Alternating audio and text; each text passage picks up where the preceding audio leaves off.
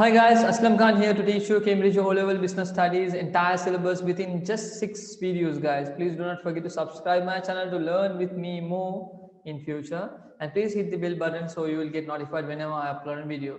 Without wasting our time, let's move on to the content. Just 6 videos I have planned to upload in future. I want to give you a complete revision on all the chapters which will be tested in your exams guys. So this will be helpful for students who are sitting for Cambridge O-Level, IGCSE, even students who are preferring to learn edX can refer this content. This will be helpful because business studies is common to all the entire syllabus which they are doing business studies exam. So let's move on to the content directly guys. I don't want to waste your time, and time is very valuable at this moment.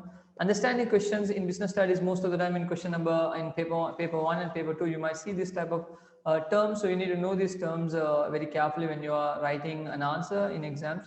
Number one, what if they ask what is franchise, what is e-business, you should directly give the definition. Don't go round and round when you're answering the question. Identify, you need to just give one particular point, or stating or identification, both are same. For an example, identify two ways to increase the sales. So you can say reduction in price, or you can also say that discounts can be provided. So just straightforward guys. Again, don't go round and round when you are answering. Identify and explain, state and describe elaboratively each point stated. So if you have a question like for 4 marks, you will get identification part and an explanation. So you need to be able to identify the particular part. They might ask in a question like give two methods they can use to communicate internally. So identify and explain why what might be the advantage of this internal communication. So you can write notice board, or you can also write intracom or intercom, which you might be using inside the organization. Or you can also say that you might use emails inside the organization. When you're identifying and explaining, identify the first part and explain it in detail about the point what you have spoken. Don't write more than what they have asked, and stick to the point guys. When you identify something, you need to answer the same identification part. Calculate, you need to give props, correct calculation as necessary guys.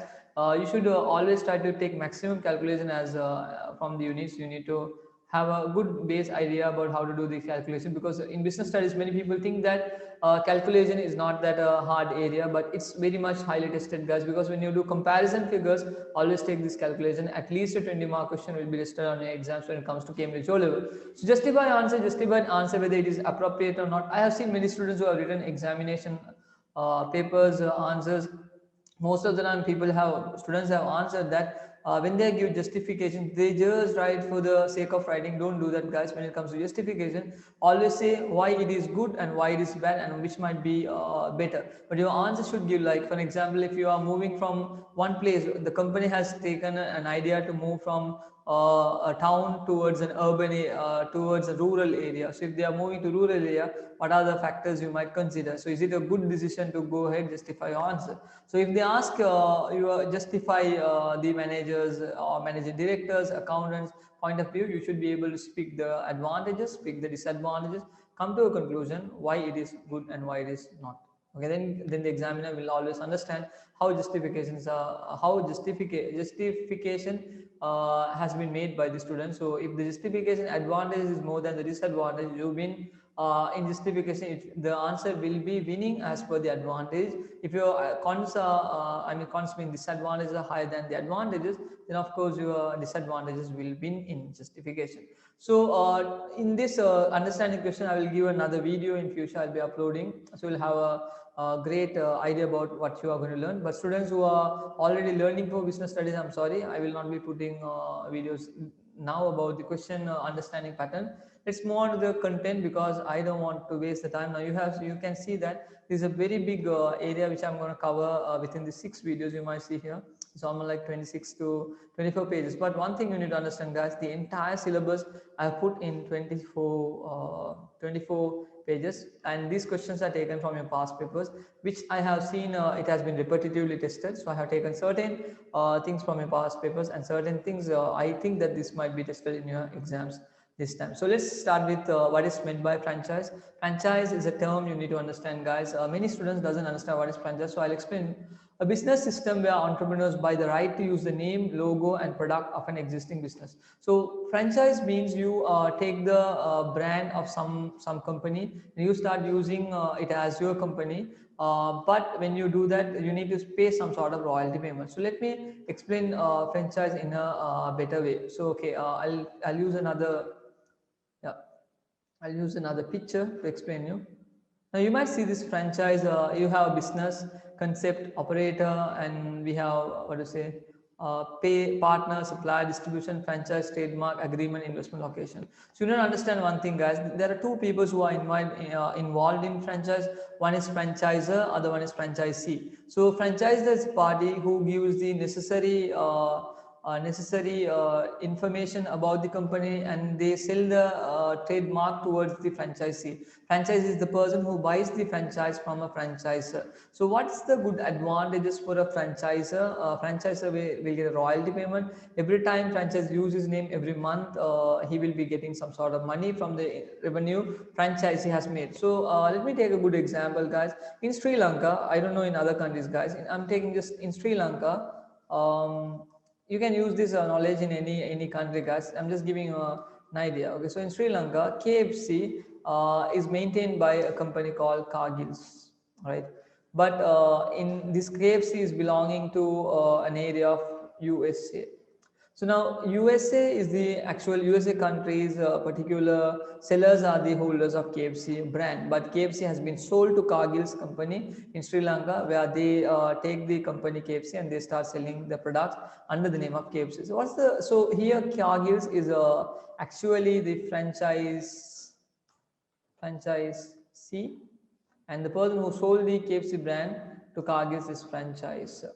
Okay, this is what you need to understand. So you need to understand that under franchise agreement, you need to, the USA person will say which location is better. He will give you an agreement. He will give you a trademark, a mark to follow, and you can't change the logo of their company. They will give a lot of advices, guidance on what you should do and what you should not do. And when it comes to franchisee, he's the person who will take decision in certain based on the market needs of the customers. He will try to change the way of the food is given and supplied. Now for example, in Sri Lanka, when it comes to KFC in Sri Lanka, franchisee of Cargill's are giving biryani, but when it comes to UAE, United Arab Emirates, KFC is giving shawarma. So there's a different way of culture, and here we have a different way of culture. In abroad, they give burger with chicken in KFC, like barbecue, grilled chicken, and zinger burgers can be given. So these are just examples for your understanding, guys. So you just know what is franchise and franchisee, and see in both ways what is benefit for them. For franchisor, he receives a royalty payment. He gets his brand image is getting developed in different countries. People get to know about him easily because he's established in many areas. Promotion is easy because he has been established again in many areas. So much of things might happen. His revenue also might increase. But on franchisee side, actually it's a good thing because he can purchase a developed brand rather than going for a brand, rather than starting up a company and improving a brand. As people know the basement of the company already, people know the brand of the company already, people will easily come into the company, come into the place and start purchasing the products, and sales can increase to franchisee also. So franchisee will also get a lot of guidance and advice from the franchisor. The franchisee can take the decisions along with the franchisor, but there are disadvantages as well, because for franchisors side, if I speak disadvantages, if franchisee doesn't listen to the franchisor's words, then of course a franchisor's brand image will go down. Sometimes what franchisee expect, like royalty payment, if it is not paid on time, then of course franchisor should give the contact to another person. So if that other person also doesn't do the protocols in the same way, it will ruin the company's reputation. But when it comes to franchisee, he should always listen to the franchisor. He can't just promote.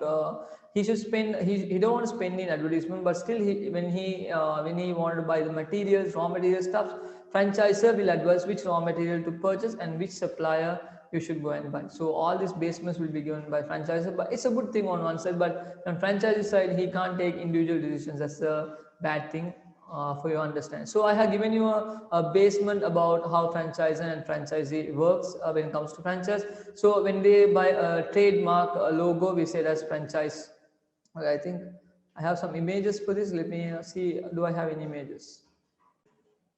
So you are seeing some sort of what do you say, like some sort of brand which has been run by many in many countries. This brand is very famous. So they have given McDonald's, Starbucks, Domino's, as well as KFC, Pizza Hut, Taco Bell, Baskin Robbins, Burger King, Wendy's, Subway, Dunkin' Donuts. So they have given a lot of brand company which is selling their trademark around the world and selling their product easily towards the customers in different languages they are using to sell the product, and in different cultures they are trying to trying to sell the product in certain regions in a way of selling their trademark. So I hope you guys understood what is franchise. So let's move on to the other content. The content is what is meant by induction training. I have explained this already in a video of in my playlist. You can see training, 3 type of methods. I have completely explained you, but again I'll explain you. Induction training is where when an employee has been recruited to the company, the employer will be given a complete knowledge about what is the company, what's the scope of the company, right, how is the workplace, how are the people, what are the procedures they need to follow. All these basics will be given to the employee, and giving an induction is very important because he might know what he should do and what he should not do in the company, and he will be so focus oriented, and he can get the work done very easily. Communication also is going to be easy because he knows where to get the work done easily. So let's move on to the point what we want to discuss. A training program to help new recruits become familiar with their workplace, the people they work with, and the procedures they need to follow is known as induction training. So advantage of induction training, as I said, there's a lot of advantages. Easy for them to get the work done. They are focused. They know what they are doing. Less mistakes. Waste management can happen. So much of things you can speak about induction training. But the bad thing is, knowing too much is also not good because if they get around the people whom they are not to be connected, if they become very familiar, they will start spoiling their time by gossips, and they might get together with other set of employees, and they might not do the work. And what might be induction is also spends a lot of time for the company, because the employees, when he is working with others, and when he learn about the entire organization, it takes some time, so he will not be doing the work at that particular time, and company should be able to pay the amount of money for the employee when he is not working. So let's move on to the next part. What is meant by public cooperation? Again, a very super question which I have seen in past paper.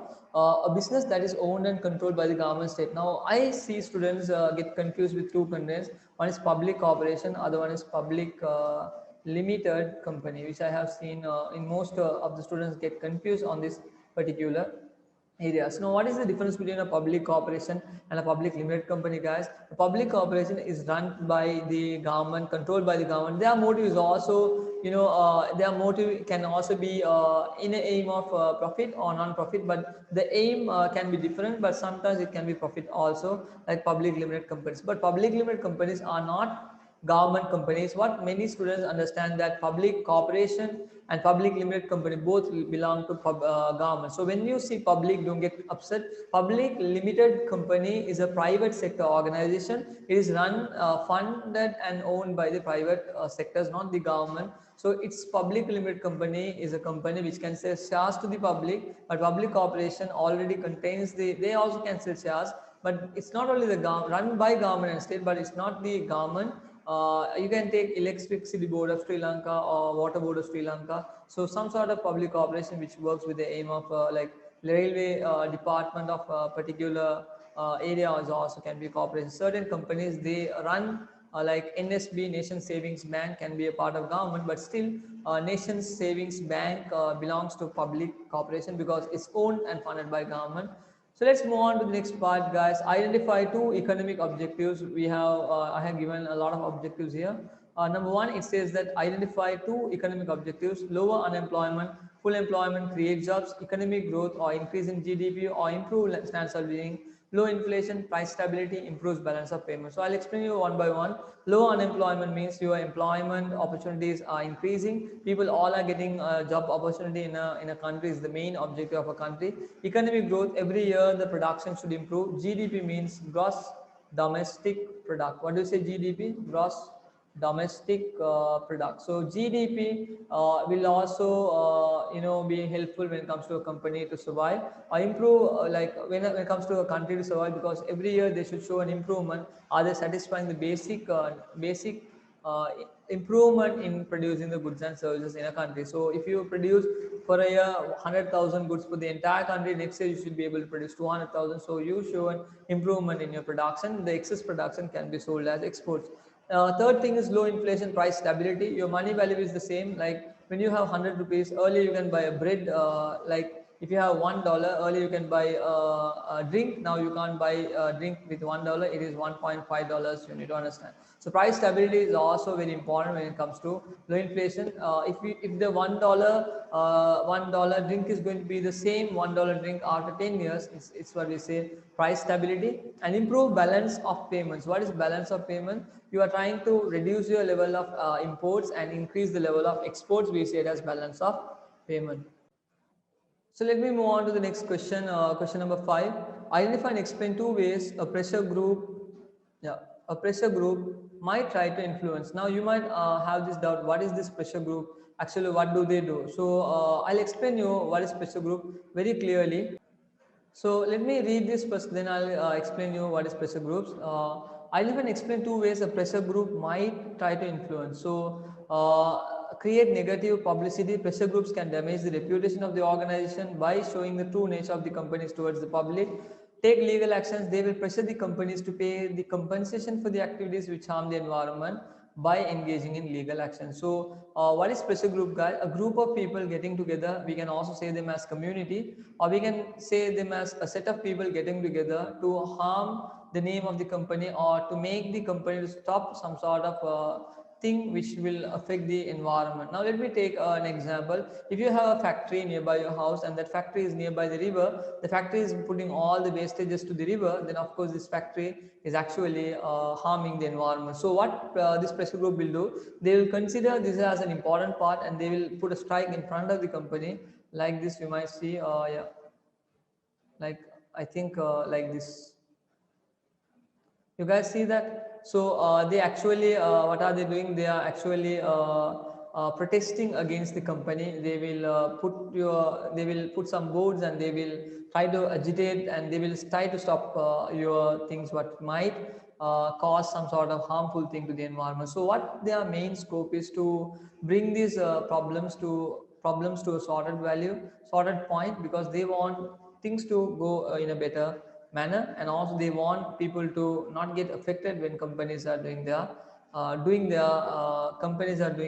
way to increase their profit. So their target is to help the society. Pressure groups, if pressure groups are putting some sort of pressure, what would happen to the companies? That's what the question is. Actually, it will create a bad publicity among the people, so people will not buy the products from that particular company. They might even take legal actions. They will get together, they will put a lawyer and they will try to sue that company. Sometimes some companies even go through a point of shutdown when they don't listen to what pressure groups do. So let's move on to the next part. Identify and explain two reasons why revenue is important. Money is important for everyone, guys. So revenue is very important. So why it is important, guys? They're asking for a company. Number one, takes day-to-day expense to face the liquidity. Now, liquidity means many people doesn't understand. Liquidity is not water, guys. Liquidity is about having enough cash to run the day-to-day is what we say liquidity. So to face the liquidity issues which might arise in future. So if one of the supplier comes to your company and asks some sort of money, and if you do not have, that will become a liquidity issue. So you should be able to give what the customers are asking, give what the supplier is asking when he needs money, because it will ruin the reputation of the organization. So number two, steady amount can help gain credits, support loan application. It will be easy for a business to get loans by providing stable reports of revenue. So if you can earn a good report of revenue, and if you can show the companies how you are earning revenue, what companies will prefer is like this company is doing well. What banks will prefer is this company is doing so good in what they are doing, so we'll provide them loan because they are very stable on what they are doing. They will give us the interest very easily. So considering the revenue, two things: one is to pay to day-to-day expense, or having a steady amount will be able to get the bank loans from outside. So these questions are from past papers solely, guys. I have seen certain questions from past papers. I taken few things I took from the necessary important notes, which I felt like this will be helpful for this times. Not only this time, guys, for everyone who are studying business studies, this is going to be a good revision to them. So do you think secondary research or a focus group is much convenient to gather market research information? Justify your answer. So now it says that secondary research or a focus group. Now a focus group is belonging to a primary research. In a market research, there are two types of research. Market research, number one, it is we said as primary research. Primary research has another name. So let me write here. Primary research has another name. We say it as field research. And secondary research has another name. We say it as desk research. So these are the other terms the examiner can use on your exam paper. So you need to be very careful when you are answering this area. So what they're asking, which is better? Is it better to go with secondary research or focus group? Focus group is a primary research. Let me explain you. Let me read it and explain you one by one. So secondary market research is very low cost way of low cost way to gain information. So money saved can be used for other purposes, readily available, so decision can be made quickly about whether to increase prices. May be out of date, which means the information may not be relevant. So they gave two advantages and one disadvantage. It's very the actual difference between a primary research and secondary research. Primary research, you need to spend a lot of money in finding out what the organization actually needs. So it will be like questionnaires, it can be interviews, so it will take a lot of time. You need to spend a lot of money, a lot of time in order to do the market research of primary. But when it comes to secondary research, it's already available. The informations on the Google, the information on the websites, the informations on the newspapers, all this will be what to say all these like the information in the websites and newspapers, all this information will be a part of secondary market research because it's readily available. But if I'm going to start a company in 2021, I can't go and revise the important information at 2000 because it's so outdated, guys. So you need to be very updated. Secondary research is not updated, so it will not give something what you expect, but it's sometimes it's very easy for you to have an understanding, like the number of people in a country to know about it. It's very easy. In 2017 the statistics might say it's 21 million in Sri Lanka, but again in 2025 it's not going to be the same. So somewhat you will get some sort of knowledge about what you are doing. But when it comes to focus group, so let me explain you what is focus group. So they have given here a clear explanation about why focus groups are important. Highly detailed response or chance to ask for explanation, follow-up questions which could allow her to make more informed decisions, such as whether to offer the delivery services. Competitors do not have access to this information. Some group members can influence what others say, leading to unreliable research. High cost, which is not helpful at a time when revenue has fallen. Time consuming to set up or carry out. In simple terms, guys, focus groups means getting a set of people, from the similar market, and you will be questioning them and asking, is this product good? Is this convenient? Is this better? Or you can also I can say in this way, if there are five beauty models in world, like in five different countries.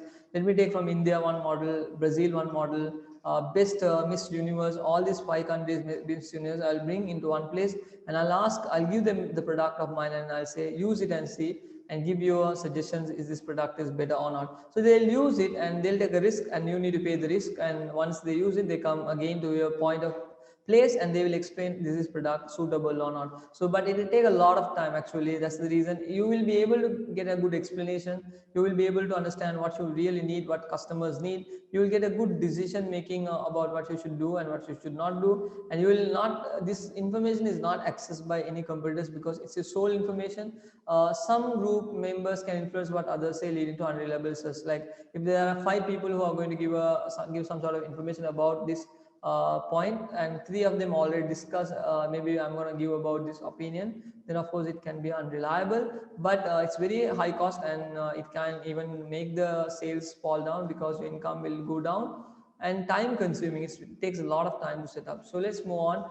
It is better to choose field research focus group, though it's explained the information are updated and accurate because it's already available, no one can copy it. Let's move on to the eighth question. Identify 2 reasons why it is important to satisfy customer needs. This has been tested most of the time. You need to know what is a need. First of all, the basic requirement that should be fulfilled in order to survive is known as need. Why a customer should be satisfied? Number one, so why it is important to satisfy customers from the firm side. One, you need to increase sales, increase revenue, increase customers, or increase market share. So if you can satisfy customers, you can do all this for build customer relation, or to build customer loyalty, or maintain sales. So if you can build good customers, they are like butterflies. They'll bring another customers to the business, and it will increase the level of sales. But if you are making a bad customer relationship, your customer loyalty will make your company's product fall down. Third point, help it remain competitive. So your brand can survive because you are giving some sort of satisfaction. Pizza Hut gives a good customer relationship. When you order pizza and they have taken the money and they don't have that pizza, they will give one more. Like for example, I ordered once medium, and I didn't get medium, but I got a large because they want to satisfy us. So I was very satisfied with the pizza. That's the reason I'm speaking with you. Reduce complaints. Actually, you will not speak about the complaints. You will try to reduce it as much as possible. Improve. If complaints are less, your company can survive for the future. Improve brand image or reputation, so people will recognize you because you are satisfying them as much as they want. So let's move on to the ninth question. Identify and explain 2 problems of having wide range of products available to customers. So why do you want to have a lot of products towards customers? What is the problem actually you will go through if you have a lot of products towards customers? Number one, lack expertise, unable to focus on single product as the business is less specialized, which could damage customer service. So you are trying to give everything to the customer, but you will have nothing finally because you want to give everything. The customer wants a particular thing, so that particular thing is the quality. Because you are giving everything, you don't know much about the product, so customer will be dissatisfied. So then we have increased warehouse space, increased cost of storage. As a business maintain many products, the business need to have a proper storage of stock all variety of products. So if they are having a lot of products they are producing, they need to have big warehouses to all those products. It will cost the company a lot. So let's move on to the next question. What is meant by exchange rate? So what's meant by exchange rate? So exchange rate, value price of one currency in terms of another, the rate at which one country's currency can be exchanged for that one another. I have seen this definition in many past papers. So exchange rate is like for one currency, what is the value in comparison to the other currency. In Sri Lanka, LKR is around 200 rupees today. So if I take $1 in dollar currencies, yeah, so $1 is equal to 200 LKR.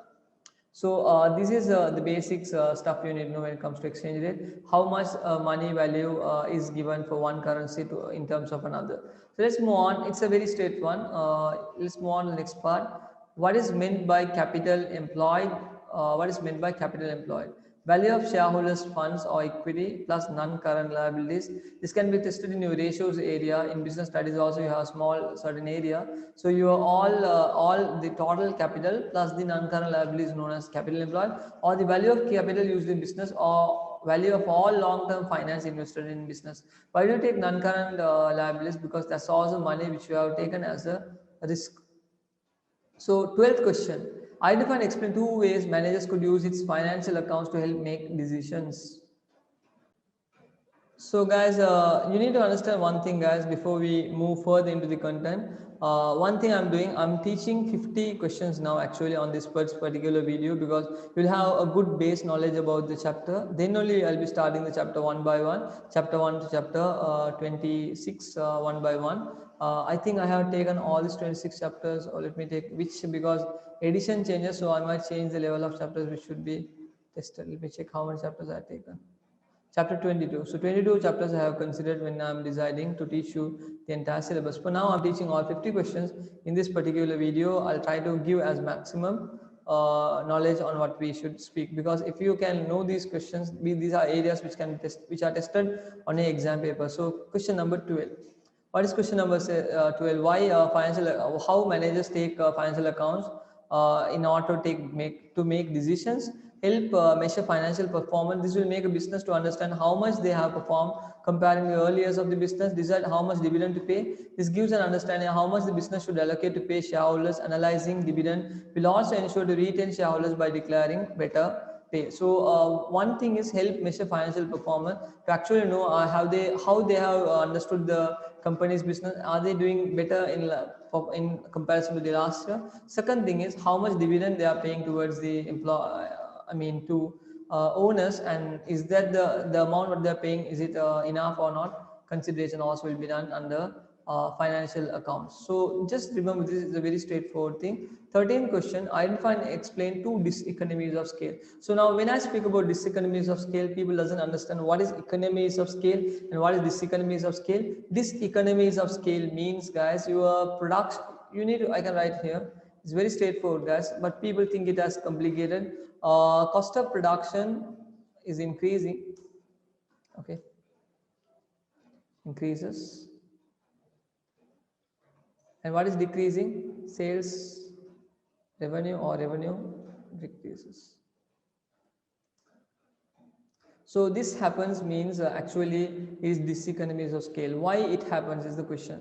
So on the economies of scale, revenue might increase and cost of production might decrease. Maybe super quality employees, educated employees, staffs are well knowledgeable on what they are doing, and they know what actually the mistakes are, and they will try to correct it. But the same way, why they are not why they are achieving diseconomies of scale?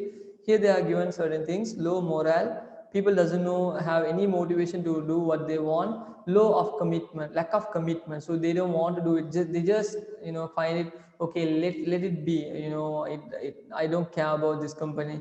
If I get the enough salary, I'm happy at home, let me take a leave and go home and have a good nice day. So lack of commitment is one of the disaster for company to become unsuccessful. The productivity of the organization will decrease, and this will lead towards decrease in profit, where the business will find it harder to achieve their break-even point. So again, break-even point means, guys, you need to understand it is where your current company's profit and your current company's losses are meeting at one point. So when your company is not profit and losses, I can say it as cost and profit. So if your cost and profit, which is revenue, so if your revenue and your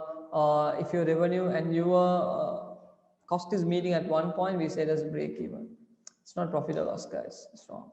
So revenue and cost, total cost of the company. So let's move on to the next part. Poor communication is also another area people consider, like if they do not, if one person speaks in a different language and another person doesn't understand, again the orders will go wrong and wastages of the company might increase. This will increase the wastage of resources and make the organization to focus on producing the wrong product. So then we have question number 14, consider the advantages and disadvantages of the following three leadership style. I have given again this on a playlist, how this three leadership style works: autocratic, democratic, and laissez-faire. So let's move on to this three leadership style, how this work, guys. So number one, they say as autocratic. Autocratic means a person who will take decision alone, and he's that his decision is going to be much helpful to the company. He will not listen to his employees. He will just take the decision because he is very experienced, knowledgeable in what he is doing, and he considers that whatever he is doing is correct, and he will always take a decision which will take the company towards a good future. But actually on the other side, he is not understanding what the customers, what the employees are needed inside the company. Maybe he might run the company in a strict environment. So autocratic leaders never listen to people, but sometimes there are good leaders, but there are some bad leaders too. Clear direction given to employees. He gives a correct direction where the company should go. Employees know that know what is expected from them. Decisions can be made quickly as he is given a correct way, and he has asked the company to run the company in this particular manner. Employees know what they are doing, and they can take the decision easily. So what is the bad thing? Communication is only one way. Cannot know the ways or suggestions of employees.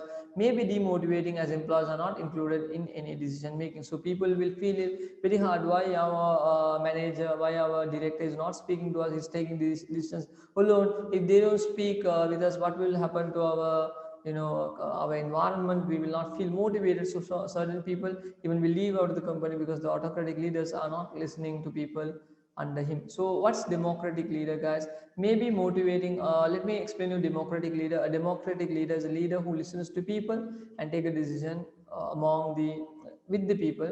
So he will have a right idea how the company actually works, and he will be able to take good decisions. But on the other side, let me see the advantages. Maybe motivating, as employees may be asked before decisions made, feel as stuff can contribute to the business feel values. Most of the time, democratic owner, a democratic director will take a decision, but he will listen to these employees. But on the other side, when he listens, he considers which is good to the company, and he will come to an understanding, and he will take the decision. If he takes a decision, he will inform his employees why he has taken this decision, so that relationship will keep the bond between himself and the company employees. But the bad thing is, if you do not have much time, you can't become a democratic leader.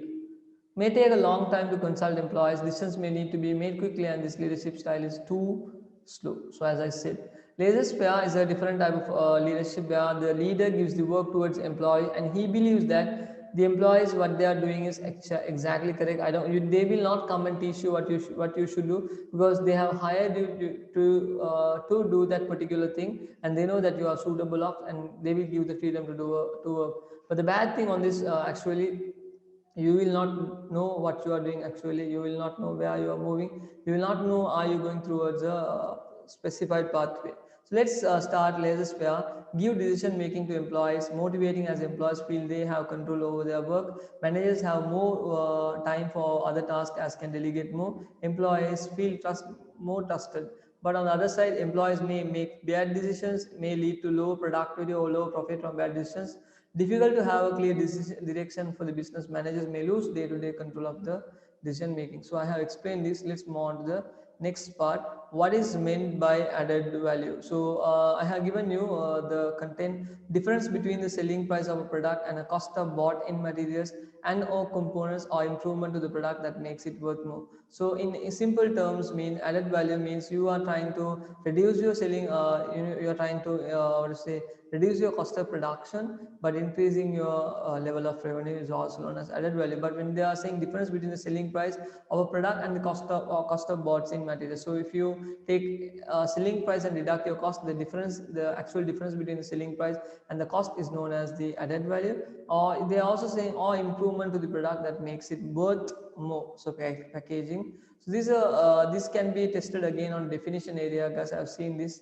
Let's move on to next part. Identify two qualities that a venture might look for in the new manager. Some people doesn't understand what is a venture. So venture means, actually, guys, it is a business or a firm, we say it as a venture. So why a business should look a new manager? What are the things they should look like? A manager should have a good quality, good leader, well organized, good communicator, friendly, approachable, knowledgeable, patient, responsible, good motivator. Again, this type of questions you can answer easily. It's very identification question. They're asking, when you see a manager, what are the new good qualities you should see when you are recruiting him to the company? So MCQ number 17, I mean not MCQ, no, question number 17. Identify and explain two methods of selection when choosing the new manager. So what are the ways you can select the manager? Number one, you can have an interview to see whether they have the right qualities and to understand their behavior. It will also provide an idea how much knowledge they should have. So interview will give a basement about of an overview. Actually, the person is suitable or not with his grammar, speaking skills, with his presentable knowledge, and also like presentation qualities. All this will be reviewed on the interview. And presentation is also good, because this will provide an idea how much skills they can present. This can also be understand the knowledge of the managing depth. So they give a topic and they ask you to speak about it on a broad. They might give a mark and ask you to draw it and explain, or they might say bring a presentation and explain on the second interview. So that will also be able to understand how a manager is good in understanding the exact how he is good in delivering the message what the company actually need. Do you think a newspaper is the best way to advertise the new job? Justify your answer. Relevant points might include. So why do you think newspaper is good when it comes to newspaper? Many local wide exposures in local area, people see newspaper. Most people do not read newspapers, so possible candidates might not see that. But on the other side, people who are not seeing the newspapers now today generation, they don't see, so they will miss the advertisement only shown for a limited amount of time, such as 1 week. So after that, another newspaper will have another type of advertisement, so it's very limited. People will forget about you soon. Other methods to consider might include specialist magazine, as target audience are likely to read them, so more likely to attract suitable candidates. National newspaper are as able to reach people across the country. Job website or own website or social media, as most people use internet to look for jobs today, but some people do not have access to the internet. Notice board at the garage, recruitment agency saving time as they will carry out the recruitment for them. So these are another way of methods they can use to advertisement. Either they can go with magazines, either they can go with national newspaper, job websites, notice board, or even recruitment agencies. So recruitment agencies are like agencies which will be taking the employees or to say information, and they will be trying to they will be taking the employees information. They will try to give some sort of job opportunities and to the companies, like they will take the, yeah, they will try to take the information from the companies, and they will give the job opportunities to people, so people can apply and get the job opportunities from these companies. What is meant by social enterprise? An organization which has social objectives as well as trying to make a profit. So if the company is actually keen in making profits, and they are trying to satisfy the environment, that's how social enterprises work. And let's move on to what is meant by microfinance. I'm teaching these terms, guys, because before you learn these contents, if you can review these questions faster, if you can understand this question faster, when I teach you the chapter, it's going to be super easy for you guys. What is meant by microfinance? Small amounts of capital loan to entrepreneurs in countries where finance is difficult to obtain. So if it is very hard for you to obtain, there are certain companies which has been set up to help these small entrepreneurs to start their business. They will not put a lot of interest, a small tiny percentage of interest they might put, and they will make you an entrepreneur, because when you can become an entrepreneur, you can give the job opportunities to another person. So let's move on to the next page. I think I will start fifth page. There I think yeah. So I'll start the fifth page on the next video, guys. So I'm done today. So that's all for learning. I have given you a small clear knowledge about this 20 question. We spoke about a lot of things on this, but please do not forget to learn on the next video, because this entire syllabus I have divided into 6 contents, 6 parts. So first video I have explained 20 questions out of your syllabus which is important to you. These are also comprising of all will be tested on exams. Again, on another other second video, I'll be putting a set of information and revision which will be helpful for your upcoming exams on Cambridge O-Level Business Studies. Please just sit in front of the computer, play this video, and just listen, guys. This will be very helpful for you to score a good area in your exam. So let's see you guys on another video. Have a nice day. Bye.